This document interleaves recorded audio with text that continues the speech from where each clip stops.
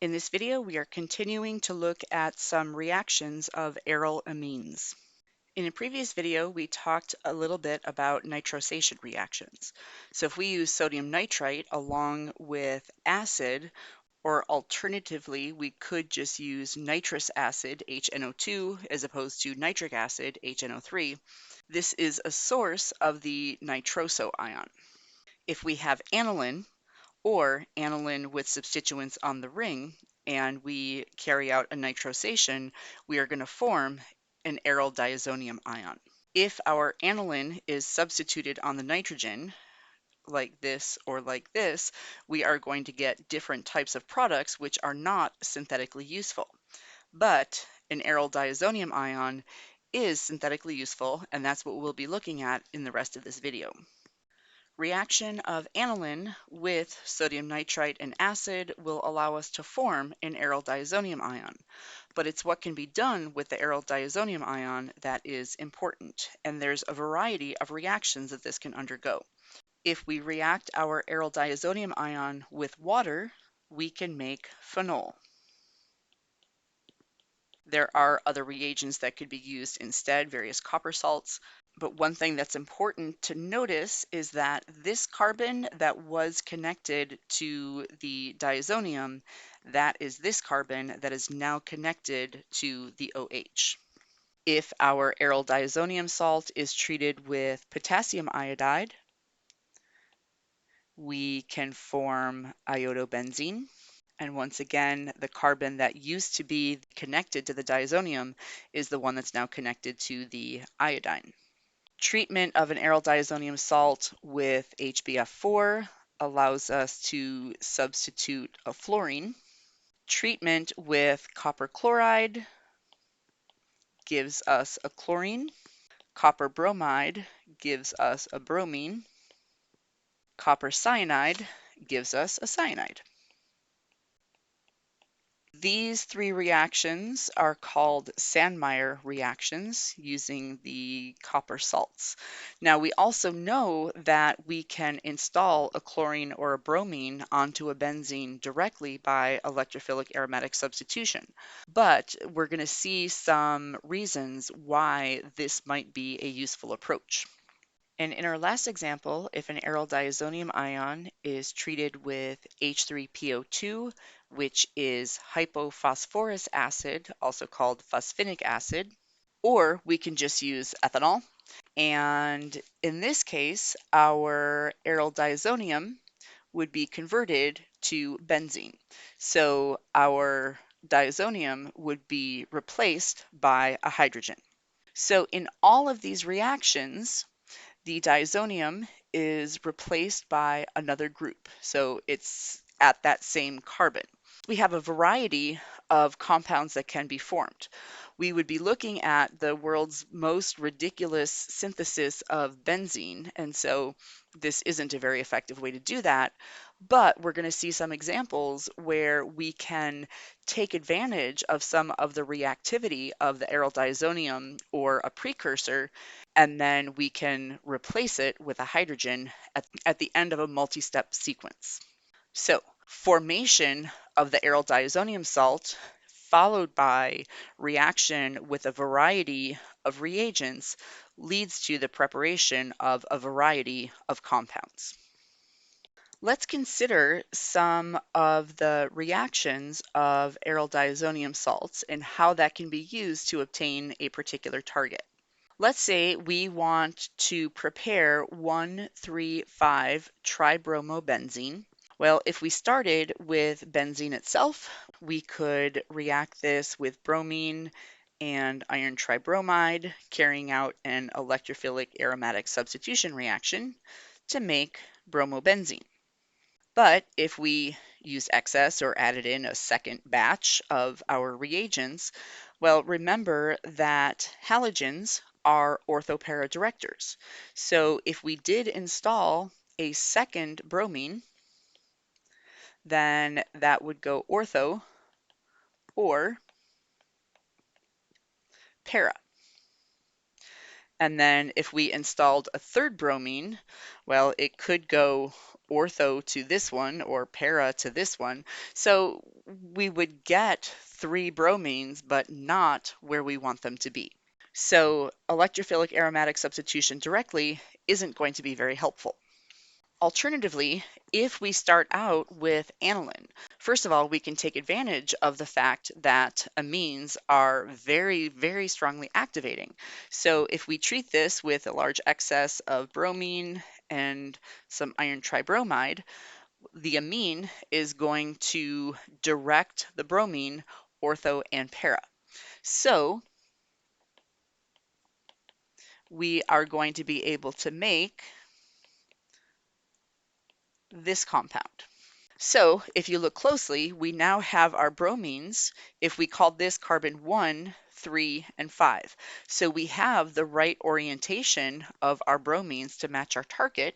The only problem is that we have this NH2 group that we don't want. Well, we can convert this to an aryl diazonium salt. So if we treat this with sodium nitrite, HCl, and water, we will still have our bromines, but this will be converted to the N triple bond N. We have a positive charge, and then the chlorine counter ion, so it's our aryl diazonium salt.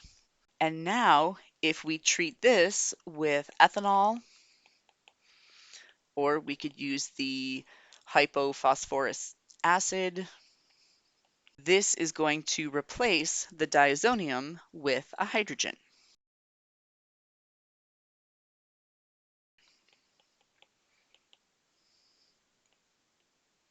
So this gave us a way to access our target.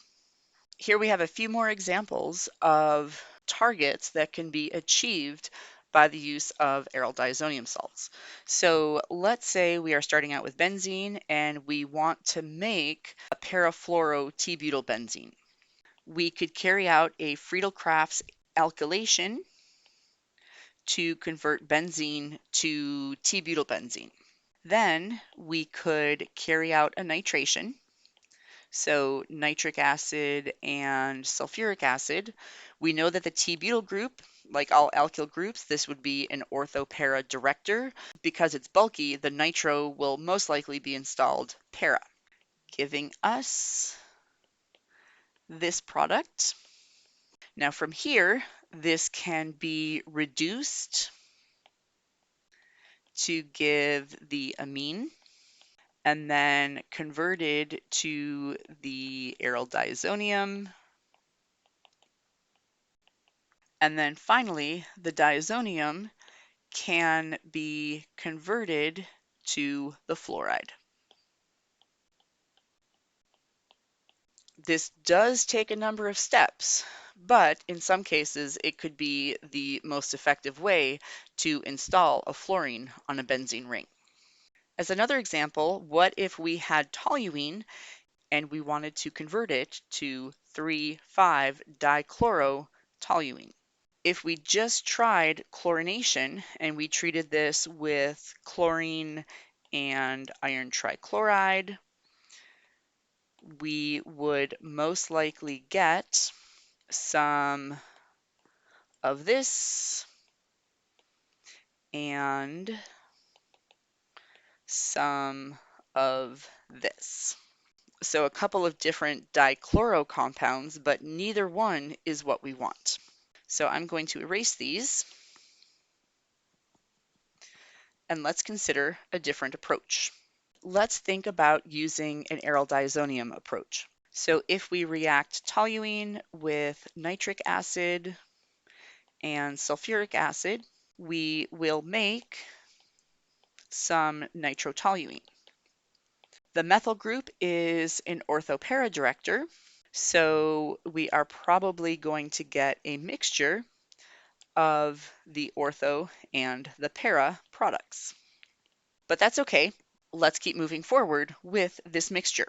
So next we can reduce the nitro group to give the amine.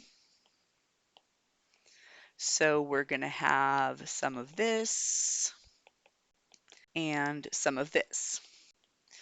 We want to take advantage of the fact that the amine is a very strong activator in electrophilic aromatic substitution reactions. And so now when we carry out a chlorination, this nitrogen is going to direct rather than the methyl group, because this is a very strongly activating group and so a very strong director. So this wants to direct ortho and para. This ortho position is already full, but it can direct the chlorine to the other ortho position and to the para position. So that will give us chlorine here and here. And looking at this molecule, the amine will direct para, but that's already full, and ortho. So these two positions. So that will give this compound.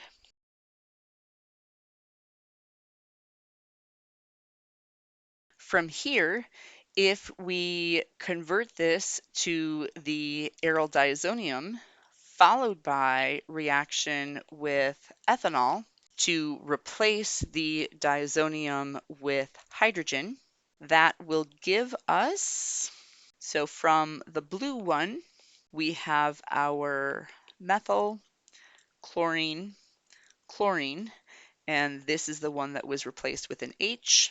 And from the red one, we will have our methyl, chlorine, chlorine, and this is the one that was replaced with an H, but both of them give us the same product. So in this case, having a mixture of regioisomers wasn't actually a problem because both of them would end up leading to the target molecule. Okay, I'm going to clear this slide.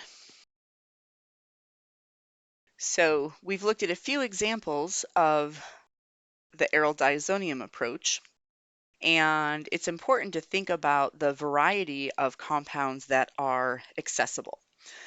In some cases, we might want to install a particular substituent directly by electrophilic aromatic substitution, or there might be other cases where we would want to go through the aryl diazonium and then treat it with copper chloride to form the chlorine, if along the pathway we can obtain the particular regiochemistry that we need for all of our substituents. So thinking about a combination of reactions, whether we're talking about electrophilic aromatic substitution, side chain oxidation, or whether we're talking about going through the aryl diazonium approach, we now have an even broader variety of reactions that we can use to be able to obtain a particular target. One more example of a useful transformation of an aryl diazonium salt is called an azocoupling. So once again, if we started with aniline and we carried out a nitrosation to form our aryl diazonium ion, we could react this with another aromatic compound. And technically what we're carrying out is an electrophilic aromatic substitution reaction. So this is the electrophilic atom, and the benzene ring that gets substituted must have an electron releasing group on it. I'm not going to show all the details, but this ring is going to be the nucleophile, share its electrons with this nitrogen, push these electrons onto this nitrogen, and what we end up with is a new azo compound, where this portion is the azo coupling. And this is the new bond that is formed. Why do we care about azo couplings? Well, there are a number of very useful azo dyes. And so if you're drinking your packet of Kool-Aid, there are some FDA approved dyes, red number 40, yellow number 5, yellow number 6, that are all azo compounds. In addition, there are some indicators. We've used phenolphthalein, for example, but methyl red is another indicator that also has this azo coupling.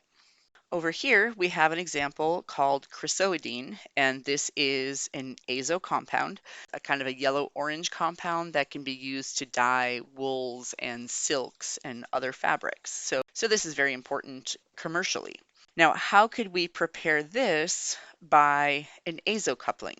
Remember, in an azocoupling, we are making a new bond between a benzene ring and the nitrogen, so it could be this way.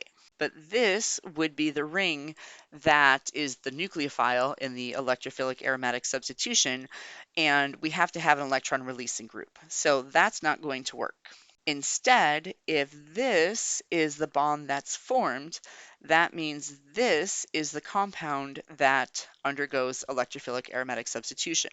So that means that we would react this aryl diazonium with this compound, and this is the one that shares electrons with the diazonium, forming this new bond, giving us this azo compound. So the azo coupling is just another example of a very useful transformation of aryl diazonium salts.